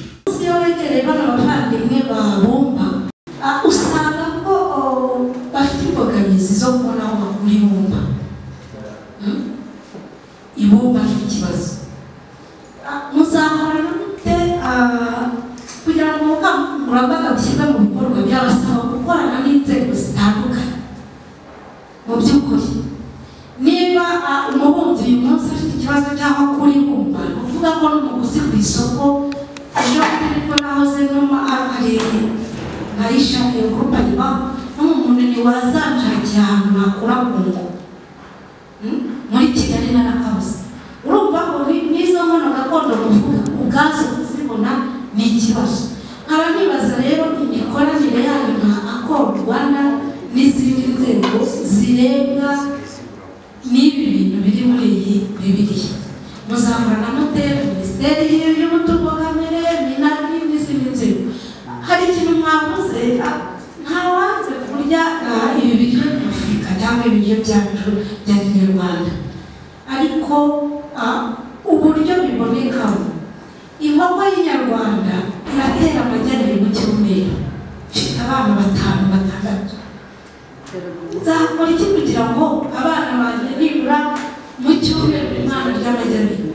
Ni ikibazo. Biransaba ko nzanamo ka poneze kugira ngo nyine buri mwana abone ako kagi. Ndagira ngo mutwereke n'uburyo bwakoreshwa kugira ngo bya binyafurika bya binyarwanda byacu biboneke kandi ku bwinshi bitanga umusaruro ukenewe. Batangiye kwibaza mbere uri gushaka igisubizo. Ibi rero by'inkoko tuvuge ariko duhereyeho, ni gute uhitamo k'umwana wawe umuha ikintu uzi ko ari kibi kandi uzi ko hari ikindi n'ubwo utagifite wabise iyo conscience yawe ntabwo mvugo ntibimeze kugira ngo urabona umwana ikintu kibi uzi neza ko ari kibi kubera ko udashoboye ubona icyiza. Urumva ni ikibazo gikomeye, ariko noneho ziriya nkoko kugira ngo zigere hariya zahereye kuza zazindi zasekaga uvuga ngo ushobora guhindura polisi tukaganaho bigera kuri iwacu dufite tukaba ari we bari improve biba ameliyore bikagenda. Ntabwo ari ibintu bikorwa gupafa umunsi umwe, ntabwo uyu munsi wavuga ngo bagarika amafumbire ye ariko gahoro tugomba kugenda tugana kuyasimbuka ubutaka tugakoresha ubutaka ku buryo bwisubira bukagira ya myunyu atari yongeye bya biti bya pesisite twavuga. Hari ibiti ushobora gutera bakagana n'amashu yawe ntazagire igihe cyabo zagira kuvuka nabi birahari byinshi ushobora gukoresha, ariko ntabwo ari ikintu uvuga ngo ni umunsi umwe cyangwa ni iminsi ibiri. Ubu tuvuga uyu munsi nta fumbire y'imborera ihari izabona igihe. Ni byiza kubwira abahinzi ngo amafumbire bavugana ni mabi yayo, ariko noneho ndakoresha yasimbuza icyo ngubu gahoro tugomba kugenda icyo tukamenya ko turi muri iyo politiki. Niyo mpamvu navuga ngo bimwe bizanahera kuko tutakiriho twe bigomba kugira igihe bizahindukira, ariko byubatse kugira ngo dutangije urwo rugamba, dutangije imitekerereze igaruka ku by'iwacu kandi tukavuga ngo kure hazaza bizaba byarahindutse. Njye ku ruhande rwanjye mbona ibi byose turi kurwana nabyo biterwa n'umuntu, uko abantu bafata ibintu kutabihereza agaciro, kubera ko wenda tujye nko ku bworozi bw'inkoko. Inkoko uyu munsi nureba uburyo inkoko nyarwanda ivuna, inkoko y'inzungu ivuna kuyorora n'inyarwanda, urasanga inyarwanda itavunanye nka ya nzungu. Tujye no mu buhinzi, uyu munsi ifumbire mvaruganda kugira ngo uyibone urayigura, inyarwanda iriya simborera irabona. Impamvu iri kugurwa uyu munsi nuko twataye za nshingano zo kuyikora, ariko kuyikora biroroshye. Ni bya byatsi tubana nabyo, ni twa tuntu turi aho ngaho wowe urakora ifumbire mvaruganda. Ikiri gutuma rero ibi byose bibane mu mutwe, twe turashaka kubaho muri bwa buzima bwa kizungu. Nari mfite ibibazo bibiri, ibindi ni ibitekerezo. Wenda icya mbere ndibaza ni kuko muri dokima zose mwagiye mutwereka tubona hari aho urugero mwaduhaye ko hari bamwe mu bakomakomeye batwereka uburyo ibi biryo bigezweho bitari naco, uburyo bajya guhaha ibi naco bya bindi badushishikariza guhinga bo ntabwo babireba. None leta nibaza ni izihe nyungu leta ifite mu kudashishikariza abaturage guhinga gakondo, ahubwo bikaba biri gushyirwa mu ngoro. Uyu munsi ugiye i Karongi urahasanga ya miti yose ya gakondo iri kuri mizi iri i Karongi, ariko ku misozi nta hantu ikiri. Muraza batubwira wenda impamvu leta idashishikariza abantu kuguma kuri ya gakondo, ahubwo bikaba biri kuri mizi ubucuruzi gusa. none muraza kutubwira hari umushinga uhari turi kwishimira cyane abimukira bagiye kwimukira hano mu Rwanda. Turi kwishima gukusanya amafaranga n'abantu bariyo baraje kugira ngo duhuze imyumvire duteze imbere igihugu. Ariko hariya hantu i Gahanga hagiye hatanyura umushinga wo kubakwa ariya mazu, hahingwaga ibigori, ibishyimbo, abantu bahahingaga byadutunga, none hagiye kubakwa ariya mazu. Ese leta yo ntabwo ibona ko hariya hantu hari hatunze benshi? Noneho ibyo byari ibibazo bibiri bya bitekerezo, hari harimo leta ikwiye kongera ahahingwa. Uyu munsi turabona hari ibishanga binini, dufashe nk'iki ngiki cya Nyabugogo kinini kizenguruka kigera i Gantarange gihingwamo ibisheke. Kiriya gishanga kiratanga isukari gusa. Kuki batatekereza uburyo kiriya gishanga cyahinga yego kandi kikanahinga ibintu binyuranye? Aha ni umuceri, aha ni ibishyimbo, aha ni imboga, aha ni iki, aho kugira ngo gihinge isukari gusa biriya bisheke. Ikindi leta ikwiye kugaragariza n'ibyo baratuzanira ibi biryo, batuzaniriza inkoko z'inkorano, batubwire bati nibyo urabona ibiryo byabuze, n'urya iyi nkoko irakwiye ariko urabona icyo kurya, kuki igatinyura abantu bakamenya ibyo bari kurya n'ingaruka bigira. Murakoze. baravuga ngo umwana dupfira mu icyarura. Niba nk'ababyeyi ujya kugaburira umwana ukamutangiza umugaburira bya biryo n'ubundi birimo amavuta, utamuhereje ibiryo bitetse kinyarwanda azakura ari ibyo akunda. Rero umwana iyo umutangije ku biryo bya kinyarwanda akura ari ibyo akunda. Urugero, hari umuntu wigeze kumbwira ngo yakuze atazi umuceri, yakuze atazi kurya amafiriti, yabimenya ageze muri Kigali. Hari n'abakecuru bakiri mu cyaro usanga ubwira ko ibyo binyabazungu ngiye ntabwo nabirya kubera ko n'ubundi ibibica. Usanga n'ubundi abantu bakiri ibiryo bya kinyarwanda aribo tugifite hasi bagikomeye. Kuri iki gihe ikibazo gihari, urubyiruko cyangwa se abantu bakiri bato nibo bari gupfa cyane kubera ibyo batangiriyeho barya bakiri batoya, kubera ko bibagenda bigabanya igihe cyabo cyo kongera. Ndumva rero ibyiza ni ugushishikariza ababyeyi kuba mukabakangurira kujya bagaburira abana bakiri batoya ibiryo bya kinyarwanda. Niba bagerageje no guhindura, ariko byibura ya myumbati ikaboneka, ibishyimbo bikaboneka, n'ibihaza bikaboneka, kuko nawe usanga umwana wo muri Kigali wahavukiye ukamubwira igihaza akakubwira ngo ntabwo akizi. Ikindi usanga nanone ku masoko hano muri Kigali hari ibitaboneka, mugakangurira n'abantu wenda kugira ngo wenda binagaragara. Ikindi nabonye basigaye bakangurira abantu guhinga bya bigori bavugaga, amasaka abantu kuyahinga mu byaro basigaye bayahinga ari bake cyane. Nanone leta ikabigiramo uruhare kongera igakangurira abanyarwanda kuba bahinga bya bindi byose. Ikindi bavuze ku kibazo cy'ibumba, hari ahantu amabumba akiri arahari. Njyewe urugero rwacu mu Mutara hari ahantu uzi rwose ibumba waribona kandi wakoresha, bagikora imbabura, inkono zirahari. Ariko ikibazo ukibaza, ese zije ku isoko zagurwa n'abandi?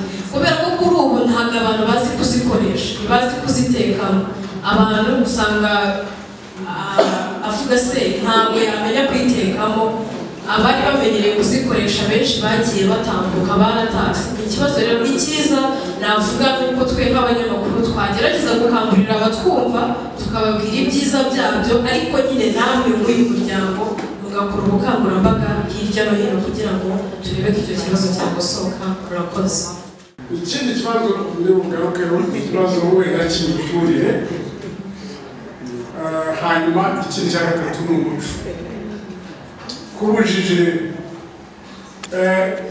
umuntu tuzi ko umutoranijemo aya mazi yarimo ubusa n'aya yatoranya aya mazi menshi, abantu batoranya icyiza kibi bakakibona. Rero iyo usanga nk'inkono icyuma utekamo, abantu wese icyungo iyo ugitetsemo ugateka no mu isafuriya bitandukanira ibyo kurya. Abayariye ibyo kurya byo mu cyungo kugira ngo biraryoha cyane. Kubera iki? Kubera ko icyungo kibika amazi, gishobora no kubika ibyo kurya by'ejo n'ubwo wacyose kikagwa bya bishyimbo bishatse. Ariko burya ibumba iyo rigiye mu nda rifata twa tuntu twose twitwa twumara ariko zose tukagenda. Nicyo gituma burya nk'abagande sinzi niba abagore b'Abanyarwanda babikoresha, bafata ibumba bagashyiramo imiti kuko ntabwo aba afite puresha yo gusunika inyuma.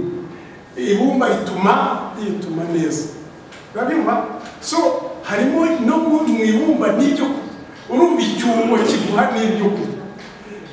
Rero ubisobanuriye umuntu ukamubwira dore impamvu ugomba gukoresha icyungo, na minisitiri y'icyungo kandi icyungo gisubira muri environment, ikigirira cyagize environment, ariko hagomba kubaho politiki ituma ahantu hari ibumba hahabwa agaciro, abantu bakabona access. Abantu nubwo abasabwa gutaka niko babita bazi buriya barimo umuco mwinshi, barimo ubwo bukorikori n'ibi ngibi birirwa bamasamba birirwa bagira batya, nabyo ni urutwatwa. Tugomba kubaha agaciro kabo, tukagira umunsi wabo, tukigisha uwo muco w'iki wo guteka mu Rwanda. Noneho ngarutse ku muco ubwawo, tuzi ko tugira umunsi w'umuganura. Uwo munsi w'umuganura ibyo twakongeramo n'iki, twaha agaciro gakomeye cyane kugira ngo umuco ugire. Ikindi ndashaka kugaruka ku miturire. Uko dutuye ntabwo byoroshye kubona. Jewe mfite hafi na hegitari, igice cya hegitari. Niyo nkoko y'inzungu ndayirekura igatora, yitoye igira igi ryiza ry'umuhondo, urumva, kandi igatera y'amagi menshi. So ariko na politike ubu ngubu inkoko mu Rwanda irahenze kurusha iy'i Burayi. Murabizi inkoko y'u Burayi irahendutse, uheruka byari reba amadolari 15 hafi 20 ho inkoko se wayirira ngahe i Burayi? Si amadolari. Urumva rero ntabwo dukora politike yo kugira ngo duhe wa muntu ubushobozi bwo kwigaburira n'ikiryo, ibyo dukabya byose, ariko ntabwo turabikora. Ibindi nabivuze gukoresha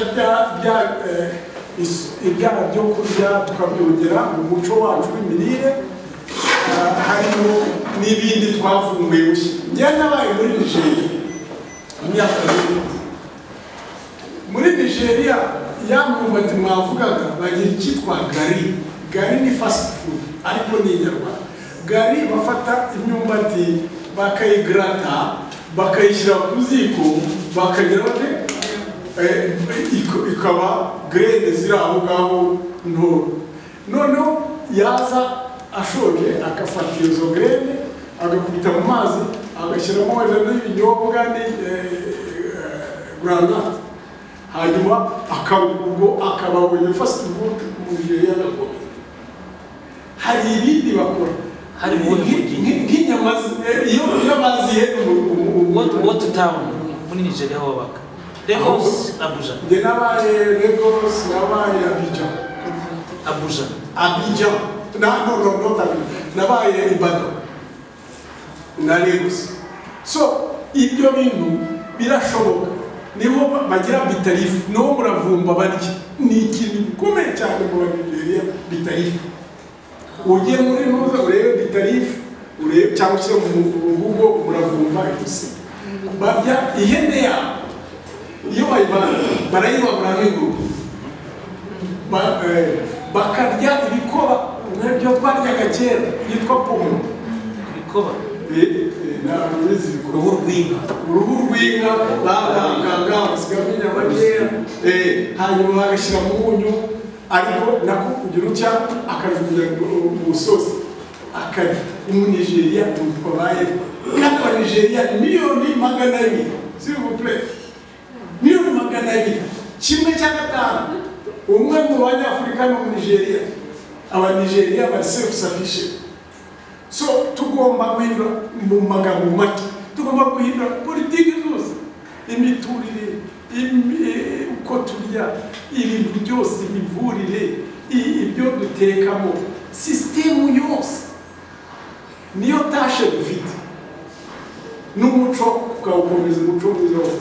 Iyo nibyo bintu tugomba kurwana no guhindura leta ishaka kwihuta, ishaka kubaha umuturage ibyo kurya vuba vuba. Nsoreza kuri imiturire, mwabonye vulnerabilité z'umujyi, amazi guma mu rugo ni guma muri etaje hejuru. Twebwe mu cyaro turabigendera gukora ibyo byo mu ishyamba, gukora ibyo ukora kugaruka, ariko mu mujyi bagufungiraga hari niba toilette yawe iri kure s'il vous plaît ufite ikibazo. So ibyo bintu byose ni system yose, no kubanza tukayiga tukamenya uko tuyigira dute tuyihindura, harimo no kongeramo ibyo byo kurya byinshi, quantity, availability, vuba vuba, ibyo byose tukabishyira muri system yawe. Rero niyo tashe dufite tuzakorana na akora, tutayikoranye nabyo, ariko ntabwo ari ibintu byoroshye, ntabwo ari ibintu byo kuvuga musari. Murakoze. Dukangurira abanyarwanda gukoresha ifumbire z'umwimerere, gukoresha ifumbire mvaruganda, ahubwo namwe nimwongeremo ibindi mu biduhe dukora. Icyo ni kimwe. Icya kabiri, turagira ngo nk'uko mwaduhuje gutya namwe mugire foramu muhuriramo, ari rema ku bijyanye n'ibidukikije, ari RBC ndetse na Minisante ndetse n'izindi nzego zitandukanye, cyane cyane nka Minisiteri y'Ubuzima, y'Ubuhinzi n'Ubworozi ndetse n'abari barebera ibidukikije, kuko usanga byose bigaruka ku bidukikije. Nidukoresha za fumbire kiba ari ikibazo gikomeye kuri za nzuki nk'uko twabibonye. Nidukoresha ifumbire zikajya mu butaka zica twa dusimba, dufasha za fumbire zimborera kugira gute kubona, zigafasha cya gihingwa cyangwa zigakoramo igihingwa kikabona nyine intungagihingwa zikaba ziragiye. Rero twebwe n'abanyamakuru turiteguye kandi turahari, umuntu ukoresha natwe ahubwo tubakoresha, ubwo turabasanga ko ari dukenera n'umuntu uguhetereye kuri ibyo bintu, ahubwo bamuhamagara ngo ntabwo ari n'ejo kandi ibyacu bibi fasita biri hafi, dukoreshe tubakoreshe. Murakoze. Ariko kugira ngo ikiza ko bavuze ngo ntabwo byoroshye, ibintu abantu bamenyereye bamaze kumenyera n'abavuka bashya babivukiramo kugira ngo basubize ku ibumba bizakomeza kugora. Ariko ikintu ndashaka kuvuga ibintu avuze ngo ni mudukoreshe, yego nagera n'ubwo ariko mu dukoresha kwa dukwiye kuba abafatanyabikorwa muri iki kintu, ntabwo baduha akazi kuko twebwe twarihamagaye nta muntu waduhamagaye, turi abanyamakuru twahisemo gufasha abanyarwanda kugira imibereho myiza. Gusa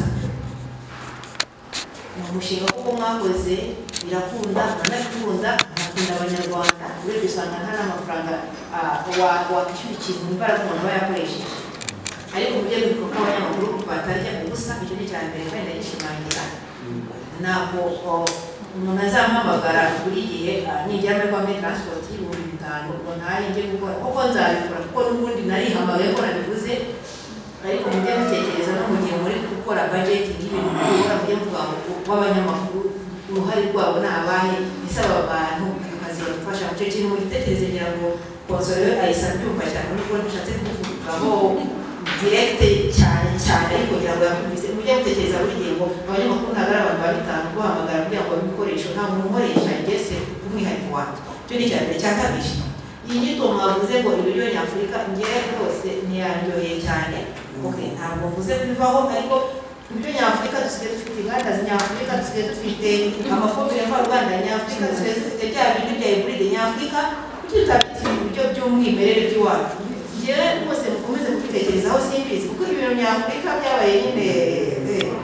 Icya nyuma nshaka kuvuga ni ngena ari komitinze mbere y'uko iyi nama ku bintu by'isukari, ngena ntabwo nyine isukari kandi ntacyo bintwaye. Ni ukuri nk'icyayi cya mukaru iyi ni spicy nakuyanga mwa icyayi cya mukaru kitarimo isukari kandi narabimenyereye. Mu by'ukuri isukari uziko nanjye naje kurumarika ko ntabwo njya ndwara, kubera ko hari ibintu nirinze kandi natangira kurwara. Nyenekereza ko ari duhereye kuri twebwe ubuvuzi bamaze kwereka ibintu ibibazo biterwa n'isukari. Wamaze kubona abantu bakwiye kuba banywa koka iri mu tuyiko 12 isukari nk'uko batubwiye niba mwari mwakurikiye. Ukareba umuntu w'umukarani wawe uri gukorera imifuka 20 ko byibuze ari wakabaye anywa imwe ku munsi. Wowe ukicara ukareba wabwiwe ko icyo utanakoze cyangwa unarya iwawe. Ni wowe uri kwitekereza ukavuga ubuzima bwawe gushyira muri risk. So nitwe dufata umwanzuro akanya. Mfite umutanze wanjye Agnes aramuzi. Tugeze za mu bukwe wacu kera mu cyaro tukire mu cyaro iwacu habaye ubukwe akora keke ikozwe muri pate jaune. Amakeke muri tujya buri munsi duhabana tugira gute ubwo twanga ibintu byose iwacu dukora iki tubigenza gute. Yakoze keke muri pate jaune itarimo ibintu byinshi wenda arayidekora isigaho utuntu inyuma y'iko keke iba nziza. Ibyo ni iby'iwacu yarakoresheje. So bizasaba ko umuntu abishyiramo ngo yewe iwanjye iwacu nakoresha umutima w'amasaka gute. Sinzi uburyo wawutunganya kugira ngo uze kubyongera abakunda n'umutima w'uburoba n'abakunda cyane. Ibyo bintu si utangira ubirya wikinira ukazasanga ari ibintu byiza koko birimo za mboga n'umutima ibintu nk'ibyo ugasanga babikunda. Njye nibaza ko mu mwanzuro twanakwana natwe nk'abantu nk'abanyamakuru cyangwa abantu bashaka gufasha abandi ko twakwiheraho. Murakoze. Hanyuma ndabona imbogamizi zikomeye cyane. Muravuga guhinga tukavanga imyaka. Murebe hirya no hino ahantu hose abantu bahingaga habaye igiturire. Ibyo babivuze ntabwo niba nyigaruka ariko ni ikibazo gikomeye. N'abafite icyaro ntabwo bagifite nta na hegitari bakigira yo guhinga usanga n'agace ka hegitari. Ako ngako ni ikibazo. Icya kabiri ibi bintu kubera ubushobozi bw'abaturage bafite ubukene bukomeye. Bya bintu by'umwimerere birahenze cyane ku buryo no kubasha kugura ntabwo yabishobora. Fata urugero ujye mu isoko ushaka kugura umuneke wa Kamara. Sinzi niba uko turi hano hari umuntu ubasha kugura umuneke wa Kamara. Barakubwira ngo ni 2,000 utuntu tutigeze no kuri 5. Ukagenda rero ukajya gusakuma za fiyani kugira ngo nyine abana baze guhaha. Rero iyi gahunda irasaba kwemukamo niba wahindura gahunda yose y'igihugu ariko se wayihindura gute? Abanyarwanda mubona ukuntu ejo bundi bavuze ukuntu baracucitse nta cyaro kikibaho, abantu bose batuye mu mujyi, abantu bose barahaha. No kuvuga ngo ni ikibazo gikomeye cyane kirahindura uburyo bwose kandi butabasha gushoboka. Rero sinzi niba uza gusoza wenda ibyo twavuze muze kudukorera akarezi tubwire bya bike dufite bizagenda gute. Aragufata akawunga nyine yo mu Rwanda kuko niyitubuka ibyo bishyimbo mwabaze mutubwira mu kwezi ejo bundi nagiye mu isoko narabivuze igiciro kigura 2,000. Ubushyimbo ushobora kugura ibishyimbo by'2,000 n'ubundi aremera akajya kugura bya bijojori birimo n'imungu azireba kubera ibyo bushobozi. Icyo kintu muze kugihuza na realite iri mu gihugu cyacu. Igitekerezo nashakaga gutanga ibyinshi abambanjirije babivuze babikomojeho. Icya mbere ni uko twasakaza ubumenyi. Izi nyigisho ni nziza si ubwa mbere ngize amahirwe yo kuzibonamo ariko ikintu buri wese wumvishe izi nyigisho atahana araryoherwa akagira n'ubushake. Ariko imbogamizi iva hehe iyo tumaze kureba mu muryango bihita nyine birangira tugahura na za fast food. Umuti rero ni uwuhe? Ni ugutangira none. Wabikunze tangira none ushyireho ingamba. Hagaragajwe ko bigoye, biragoye kubera ko bisaba igihe, n'ibibazo zose zisaba igihe, ariko biradusaba amahitamo. Guhitamo ibyihuse by'ako kanya biri bukwangize cyangwa se guhitamo ibitinze bigufitiye akamaro. Kandi unarebye usanga twebwe ntabwo turacyafite amahirwe yo kuba bitarahenda nk'uko ahandi bimeze. Ahubwo ikibazo kikaba icyo navugaga cy'uko bitarahenda kuri wa wundi wabisobanukiwe. Ngenda atanga urugero, hari ahantu hari umuntu uherutse kugura ahantu hitwaga ko hatera, hari umusozi utera abantu baraharetse bahinga inturusu gusa, ariko kubera ko afite imyumvire yo kutarya ibintu byo mu nganda ni ahantu hanini yahaguze makeya arimo arakoresha ifumbire y'imborera. Kuri ubu ngubu ntari guhaha ku isoko, byamutwaye umwaka wose ataragira umusaruro ufatika, akuramo utuntu dutoya uturayi dutoya ibishyimbo asarura ku kiro, ariko ubu ngubu nta gihaha ibintu byinshi ntarimo kubihaha. Sitepu ikurikira agiye kujya mu bworozi. Ni umuntu usanzwe, si umuntu ufite amafaranga y'ikirenga, ahubwo ni kwa guhitamo twavugaga. Ngarutse ku cyo aho ni naho bihera tunareba ko bya bintu bituruka hanze. Numvise kugira ngo mu makuru agezweho muri iyi minsi no kuba Urusiya bwavuze ngo bwoherereze Afurika amafumbire, Ubushinwa bugakuraho muri inguzanyo zari ziri muri Afurika, ariko baratwoherereza ifumbire twe tuzabohereza abarwayi ba kanseri. Ni ukuvuga ngo ya mafumbire araza ni ubuntu, avuye mu nganda, hari kosti batwaye kugira ngo bibeho, barabitwoherereza twe dukore production cyangwa se duhinge tubone bya bintu bitandukanye, ejo noneho twe nibigira ingaruka tuzabohereza abarwayi. Cyangwa usange kubera ko bari gukira isoko, ejo niturwara pharmaceutical industry zabo zohereza imiti yo kuza kutuvura, uzasanga tujya kugura igipimo amamashini yose y'ubuvuzi aturukayo. Bivuga ngo na Excellency zeze kuvuga ko nyine ko nta politiki irenze impano, baduha izo mpano ariko bafite ibindi bagamije biri behind. Kandi ibyo bigaragarira muri kwa muntu twahoze tuvuga ko ibintu biri guhenda ku isoko kubera ko bya bintu byacu turenda kubita.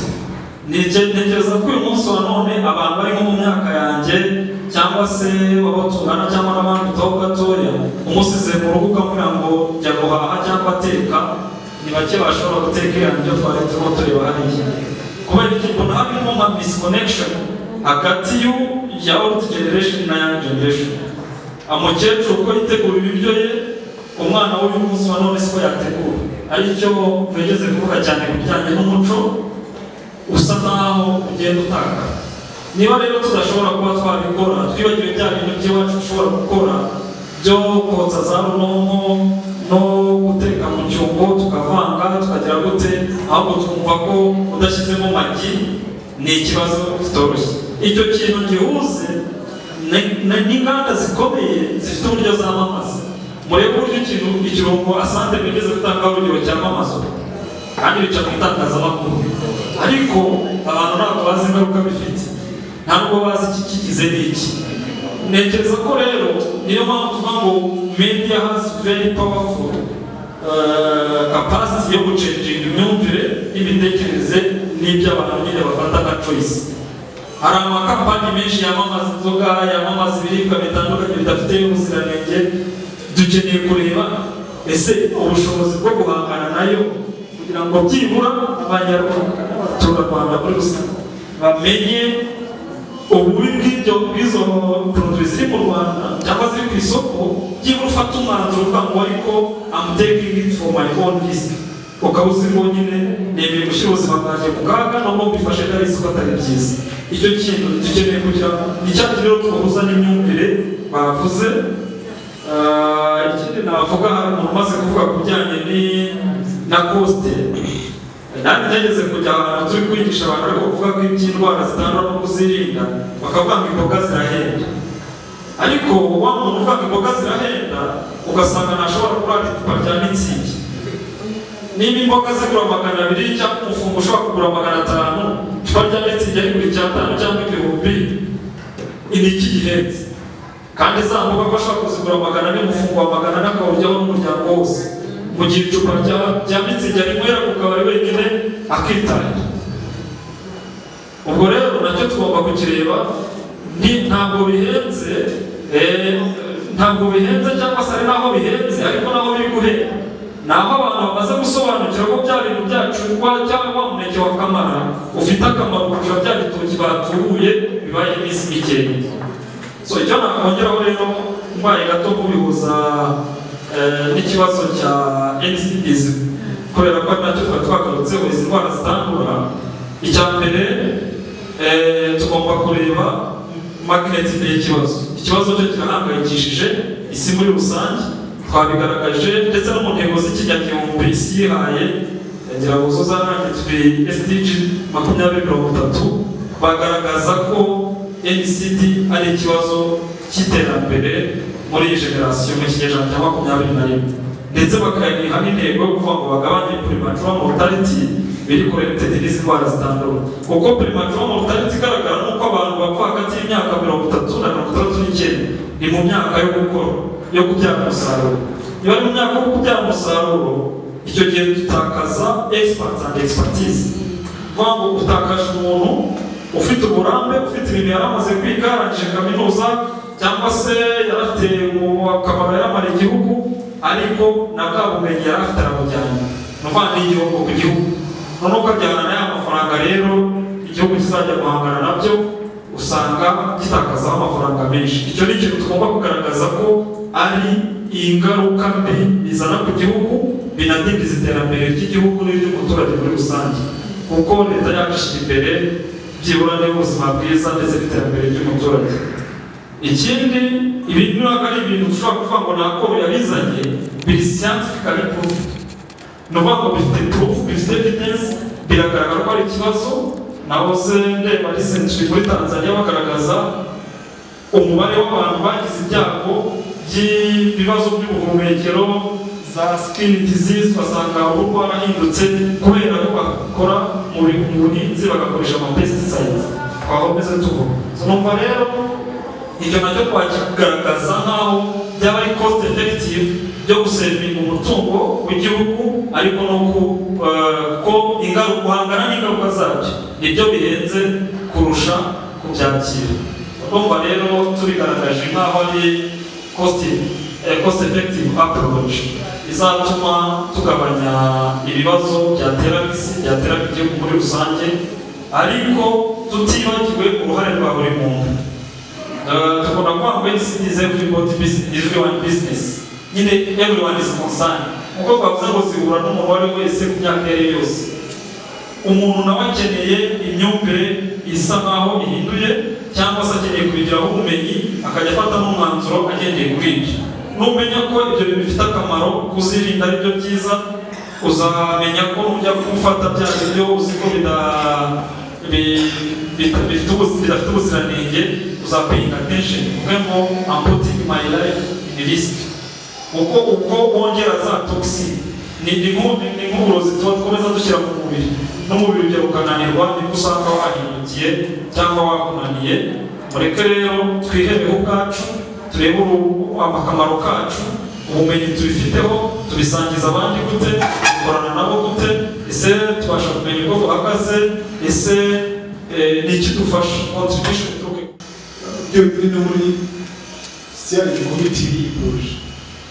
Harimo members of parliament, harimo binagiri, harimo abantu benshi dushobora kugeraho kugira ngo dufashe ibintu bigane ku mpinduka. Ndetse nkeka ko nyuma y'iyi sesiyo tugeranye, turifuza kugirana sesiyo n'intumwa za rubanda ziri mu ishami ry'ubuhinzi bifite aho bihuriye n'ubuhinzi, tukirana umusozi kugira ngo tubahe ibintu bituma mu nteko icyo kintu bagiteguriye bakakiganiraho, kuko nibo bashobora guhamagara niyo bahamagara minisante bayibaza, kuko ntabwo kandi ari ubwa mbere tubikoze, kuko hari n'ibindi twagiye tuganiraho mbere, twagiye dutangira ubuvugizi birazamuka mu rwego rw'igihugu. Ntabwo bwaba ari ubwa mbere ibyo bintu bidukundiye dusanzwe dukora. Ikindi ni uko ubona ko ifite gahunda y'ubuhinzi busigasira umutungo kamere n'urusobe rw'ibinyabuzima, nicyo twita agroecology.